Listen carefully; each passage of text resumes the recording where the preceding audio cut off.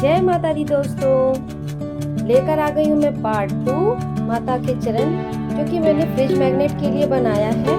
और नन्हे नन्हे से प्यारे से ये कदम है जिनको बनाने की कोशिश की है मैंने। थोड़ी परेशानी हो रही थी बहुत ज़्यादा छोटा बनाने में, लेकिन फिर भी बन तो गया और अच्छा भी बहुत लग रहा है। और इसको बस मैंने पार्ट 1 में बताया था कि इसे क्ले से मैंने कैसे बनाया है, और पार्ट 2 हमारा है कि इसको मैंने कलरिंग कैसे की है। तो हमारा पार्ट 2 भी बनके तैयार है। इस वीडियो को आप देखिए, अच्छा लगे तो ज़्यादा से ज़्यादा शेयर कीजिए, कमेंट कीजिए, सब्सक्राइब कीजिए। बस मेरी वीडियो को देखते रहिए। Thank you so much.